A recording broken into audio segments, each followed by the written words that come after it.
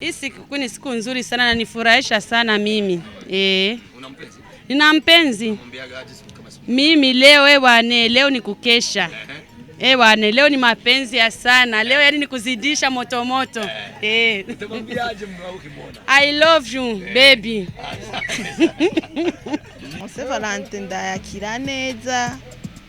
Saint Valentin ndayakira neza. Ni umunsi mukuru w'abakundana. Nkunda umwe kubera mfise umwe. Non de fiance. Umwe ntari hafi ari kure mugabo arabizi. Message ya Saint Valentin aza yayironse kera. Agaservice kandi umva ndakavuze ashaka kumenya n'agaservice kandi namukoreye aza kabona mu nyuma.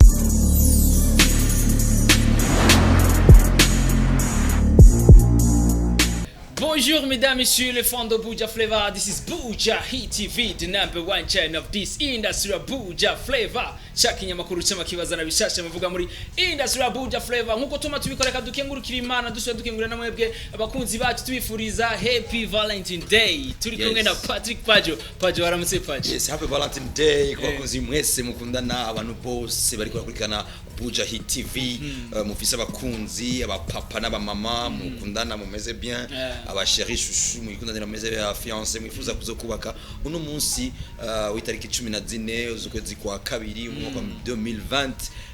2020 babere mwaka w'imigisha mubipange abatarabikora bipange bubake bameneza mu rukundo rusasagara ni Valentine Day. Yes, nagenda kwifurije nawe Valentine Day. Ndakwifurije naje Patrick Pajo. Merci beaucoup. Ndigo nagomba sabe Patrick Pajo agerageza abasigurire what the meaning Valentine Day.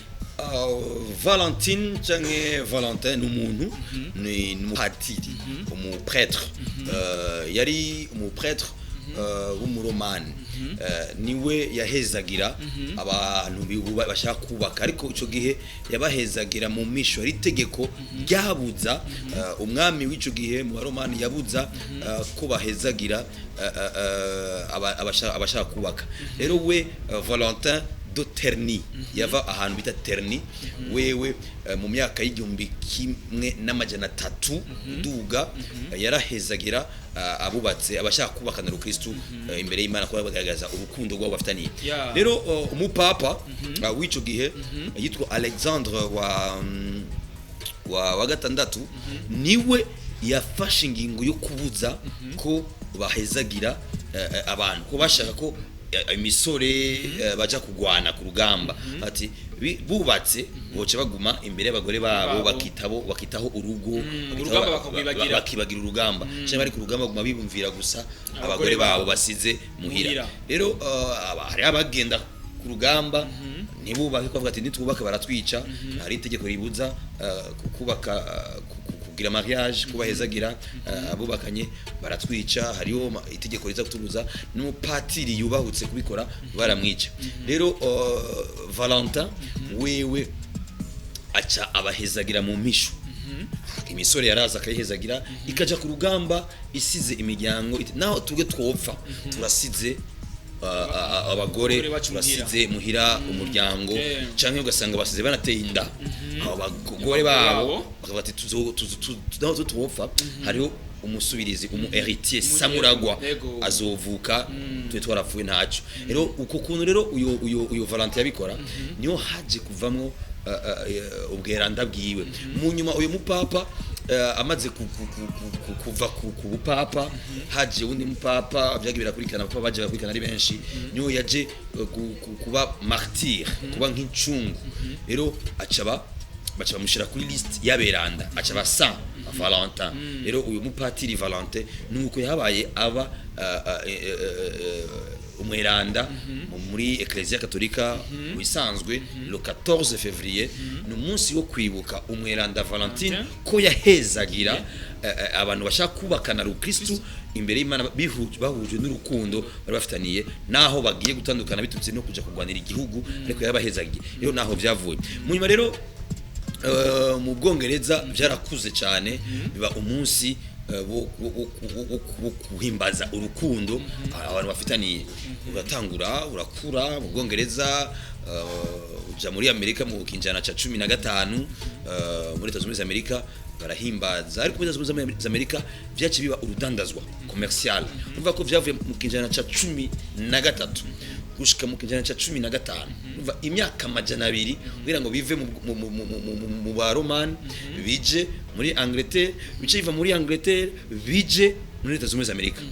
à peu près 200 ans imyaka amajana 2 bicike muri Amerika umva ibinjana 2 ni byinshi cyane rero muri ico kinjana muri iyo myaka y'igihumbi kimwe n'amajana 5 bishika muri Leta Zunze Amerika bariko muri Leta Zunze Amerika biza cyane ari Saint Valentin umunsi bakundana ariko no kugurisha ibintu abantu bakundana bazohanahana babigira nka business bashogira nka business abanyamerika baratembesha muri business bashogira nka business bica biza gutyo isi iravyakira barabicommercializa cyane barabigira ama advertising barabigira publicité biraba byinshi gushikaho mu bihugu bya Asia muri Chine ego bashika muri Asia muri Japan muri Chine bo muri Chine bahana cyane amashokola shokola zirakogwa cyane yes aho guhana amashurwe bahana amashokola bivana n'igihugu shokola bagakora shokola bagahana mbe mu Burundi twe duhana ikipacu mu Burundi twagerageje kuganira n'abantu ariko ntibatubwije ibyo bahana ariko bobo cyane ko biraba n'umunsi asohoka impuzu arababitinya cyane mu Burundi baratinya kubiserura usanga biba mu kinyegero ugasanga babiri baragiye quelque part ahantu usanga umuntu aho kugura iryo shugwe aguze ishati aguze impuzu aguze isaha aguze bage arahaye kado itari shugwe carte yanditse ko amajambo carte de vœux yanditse ko amajambo meza y'urukundo bagahanahana mu Burundi biri vague ntushobora kumenya usanga barafashe umusheri bamutwaye mu kabare muri restaurant muri hotel barasangiye akafa barasangiye akayeri agafana akabrochet utokujya turyoshe barabikora ariko ni wovuga ngo biri mu kintu gikomeye cyane bahana ngo ni iki ngo uje mu badandaza ubabaze statistique bakubwira ati no musi hasohotse ibi kuruta ibindi biragoye kumenya ariko musanga abantu bahana amashugwe bahana amakadove bahana agahuzu amakado y'amashati umukobwa bakamuha ceinture sakama isaha telefone umugabo umumama bakamuha ishati icyo umuntu yakunda yambara bakamuha ugasanga ni bimeze cyane rero mu Burundi rero nuko usanga bimeze gutyo bihajya pajo urabona ku ruhande rw'iwabona Valentine Day ariko kuha kweri misi yose cyane ko ibaho abantu bayifata nka Valentine Day kweri Valentine Day ni umunsi umwe mu minsi myinshi ariko abantu bakundana imisi yose abantu bari mu rukundo imisi yose chérie chouchou bari kumwe imisi yose papa mama monsieur madame bararongoranye bari kumwe imisi yose bari kumwe barabwirana amajambo y'urukundo barabibaye mu imisi yose ariko ni gusubira kwibutsanya gusubira kuryohora kujya munsi nimba uri mubwira muhira mukure muhira uyu mutwara handi hantu bimubwirireho nimba uri umurira agashati imisi yose cyangwa chaque fin du mois ukamutwara gusohoka ahantu hindura muve Bujumbura muje ruguru muve muri restaurant muje muri hotel mora muje muri hotel ja mukabari mora muje mukabari uno munsi hindura muje handi hantu umukore cya kintu utara umukorera imisozi aramenyereye ko umubwira je t'aime aramenyereye ko umubwira chérie chouchou ivyo arabizi kuri wiwe ko mukundana ivyo arabizi kora kijya kintu tora umukorera hindurira uramaze kuza mu rubanza iwanyu imisozi muhira turafungura ariko hageze fete fungura special ibintu bidasa n'ibyo zadufungura ujya inyama rimwe mu kwezi bora ujya ifi rimwe mu kwezi bora ujya umuceri utose n'amazi rimwe mu kwezi uwo munsi hari urubanza muca muteka sorte z'imiceri myinshi bateka ipirao w'amazi sami inyama zikaranze inyama z'isosi ugasanga ngaho kuri uwo munsi hari sorte z'inyama nyinshi batetse gutandukanye umuceri bawutetse ugutandukanye rero na kuri Saint Valentin woca ukora ikindi kintu kidasanzwe kuri cya kintu harukora imisi yose rero umunsi wa Saint Valentin urakenewe kubakundana kubafisa abasheri gukora ico utahora ukora ukora umukunzi wawe biraryoshye cyane yes uno munsi rero twagerageje kugendera abantu batandukanye bari basanzwe barakora imirimo yabo ya misi yose turababaza kuvyerekeye Valentine Day mbe kuri bo bavyakira gute reka tubabaze mukurikirana amasanamu ko byagenze Saint Valentin ari kera ubu nta Saint Valentin kihari naciona ko umunsi nambaye n'amajone atabyo vuga ngo nazibe ngo amaruje kubera je kuri jewe nibagiye ko ngo Saint Valentin yari yakera nta Saint Valentin kihari Saint Valentin ndayakira neza Saint Valentin ndayakira neza ni umunsi mukuru w'abakundana nkunda umwe kubera mfise umwe ego non de fiance umwe ntari hafi ari kure mugabo arabizi message ya Saint Valentin aza yayironse kera agasiripise kandi ndumva ndakavuze ashaka kukamenya n'agasiripise kandi namukoreye aza kabona mu nyuma nk'ukuru nyene meze nawo nyene nk'ibisanzwe kubera nk'uko nyene tubona umengo uwo munsi ntiwigeze umwaka ubaho kubera ducuruza n'imuzu zerekeye n'uwo munsi mugabo ntitwigeze turonka n'abantu baza kudushoborera vraiment niyo mpamvu ntazi n'ukuntu no bivuga ko mbona umengo uwo munsi kweri yaje kubwiwanje mbona wasivye ko urabona naje ukuntu nambaye n'akaruje nashizemo kubera sinzi ukuntu nakubwira ndibaza sinzi ko ari ubukene sinzi uko namba ncuruza nk'ibintu nk'ibi bijanye n'uwo munsi hama ntituronke n'abantu babigura yarumva n'ibintu nyene bigoye cyane Valentin iwanje ni nk'uko utabaho kubera ubushomeri buhari ni bwinshi cyane vraiment ahantu twadandaje mu isoko tudandaza ibyashara nta huje nta kintu na kimwe twasohoye kabisa ni nk'uko iwanje utabaho umunsi wa 14 février ni umunsi w'abakundana musanzwe mukundana ni umunsi udasanzwe hama n'ukuri na vyatare birimwe gusa no munsi nyene w'abantu bakundana. Siku ya pendanao mimi siichukulii zaidi, lakini mimi naona tu ni kawaida kwangu. Juu siku zote tunapendana, tuko na mume tuna nini, ni kawaida tu. Mume wangu nitamwambia nini? Hakuna. Ni maneno tu ni tunaongea kila siku.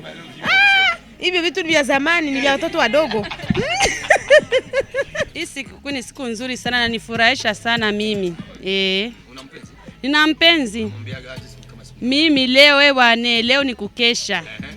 Bwana, leo ni mapenzi ya sana. Leo yani ni kuzidisha moto moto. Utamwambiaje mwanao ukimwona? I love you baby. Mimi hata hii naichukulia tu hivyo kwa sababu hata siku yake hata naisherekea.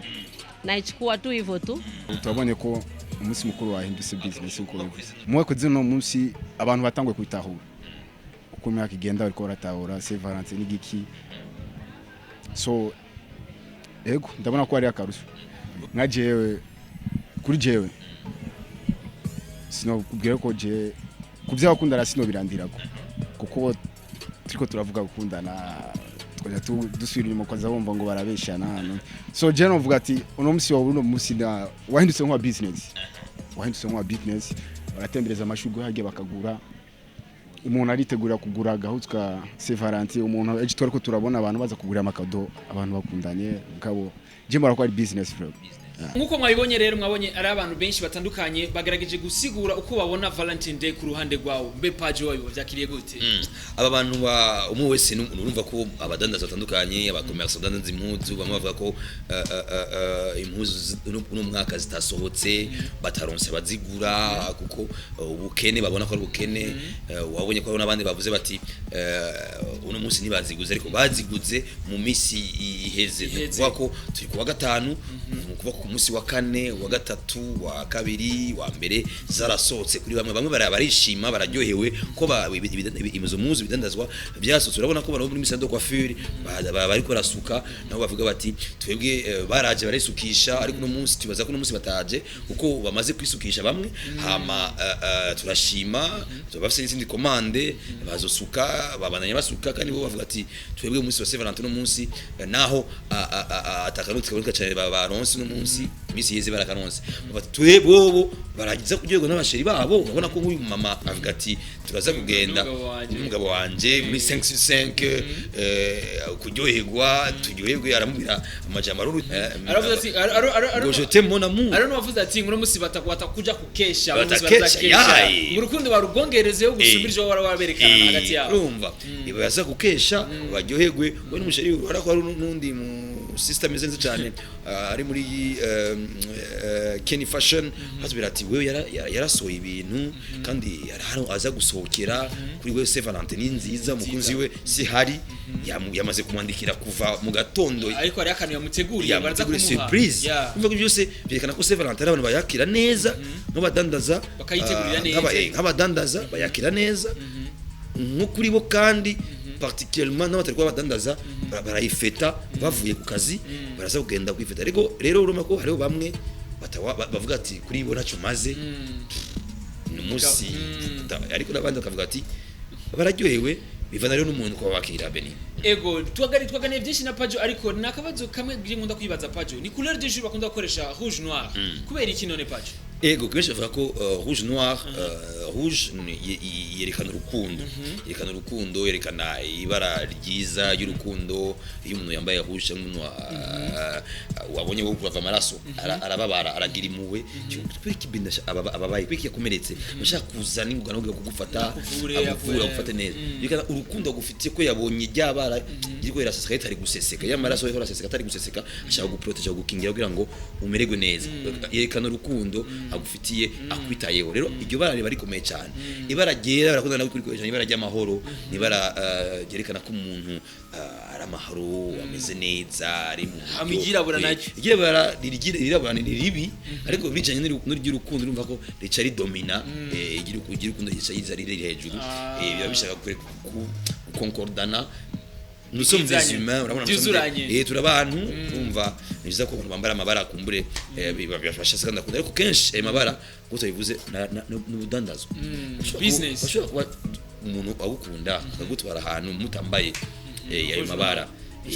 muri Saint Valentin n'umunsi baba yambaye n'abatayambaye bisibira ko ujya tambaye iryo bara ashobora kuba guserebra Saint Valentin bara celebrer Saint Valentin ndabonye yajyana behind the camera ariyo wambaye rouge bordeaux ni rouge bordeaux nabyo ni na Diela urabona ko yabyitwayemo neza mbe paje hajyana ushobora kwishifuriza Diela namwifurije Diela n'abakozi bose ba Buja TV muzinanye bose happy Valentine's Day yes tuzosubira rero inshallah imana bikunze bye